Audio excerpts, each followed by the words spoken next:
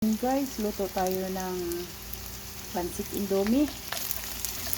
Ayan, nagigisa na ako ng bawang, sibuyas at nilagyan ko na siya ng carrot. Ayan. Ang aking almusal. Almusal lang ko ng mga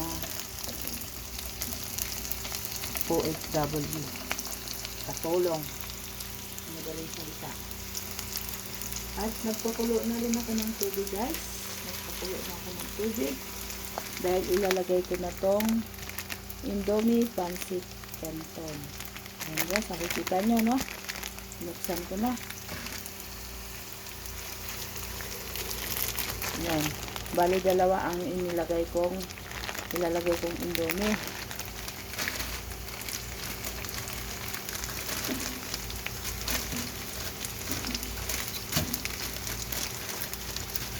Nakapagpakulo na rin ako ng tubig.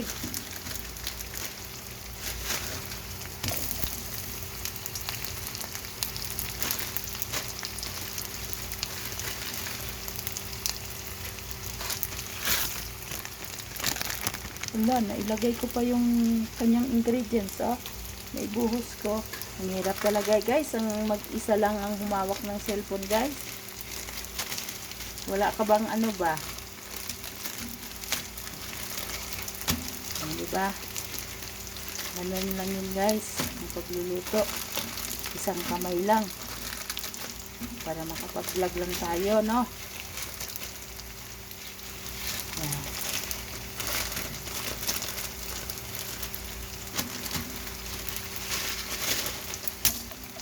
Ayan. Pangalawang Indomie.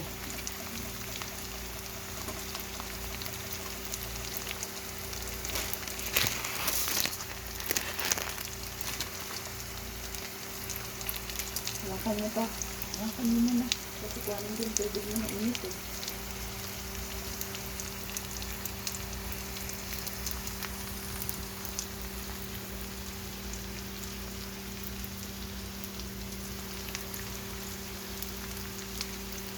Ayan, lagyan na natin ng patubig yan.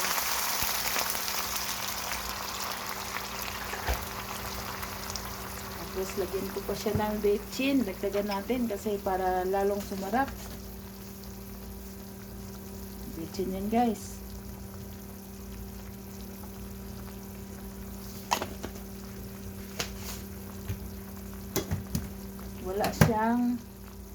Wala akong nilagay na gulay na iba kasi walang repolyo. Pero masarap yan. Optional mo. May repolyo dapat yan. O kaya ingredients sa karne.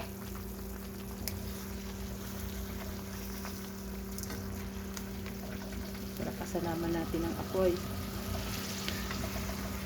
Tapos yan. Para may pang primer naman ako, guys.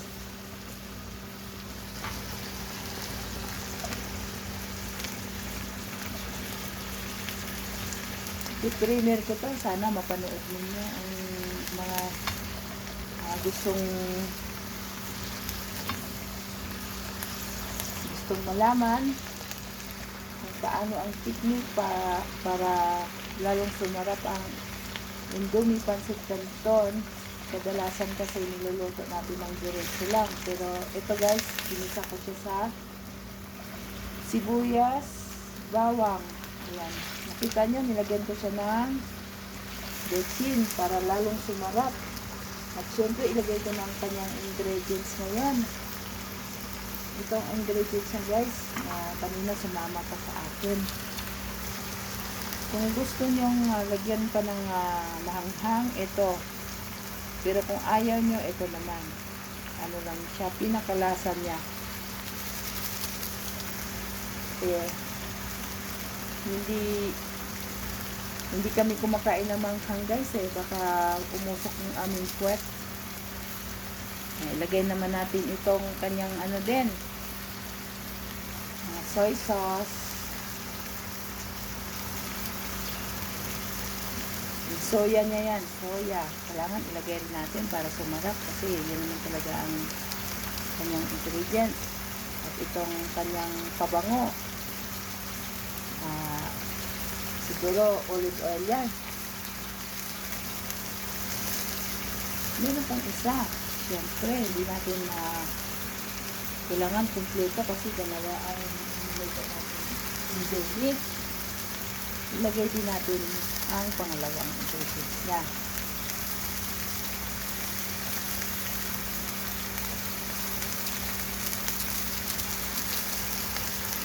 Ayan, hindi natin sinali ang sili guys. Ayan, naiwan ang sili kasi maanghang talaga siya. Mapula yan guys. Pag inilagay ko yung sili, mapula ang kulay ng indoor natin. Yan, lagay ko ulit yung pangalawang soya. Soya niya yan. Ang lapot. Kaya ano natin, sausaw naman natin. Ang matuyuan na guys, kaya painaan ko yung apoy. Yan. Ngayon, halo-haloin ko na siya ngayon para sumarap ang aking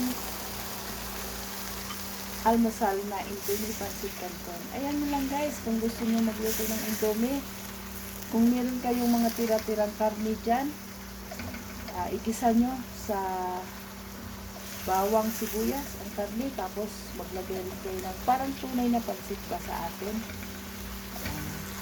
Lagyan nyo ng repolyo, kung meron pa kayong pwedeng isahog dyan, isang cup, pwede rin para lalong sumarap. Ayan guys, ang ating Indomie malapit na pong maluto. Ayan, kunting ano pa ng luto pa natin. Sobrang sarap yun guys. I-try nyo rin sa inyong almusal. Pero ang Indomie guys, dito lang po yan nakikita sa ibang bansa. Kadalasan po sa atin, at Pilipinas, Lucky Me, Payless, pwede rin siya kahit anong noodles, pwede yan gawin ganito, pancit canton. Ayan guys, masarap na po yan, luto na po yan, yun na po ang finished product ng Indomie Pancit Canton. Ayan guys, karos lang po ang hinalo ko dyan.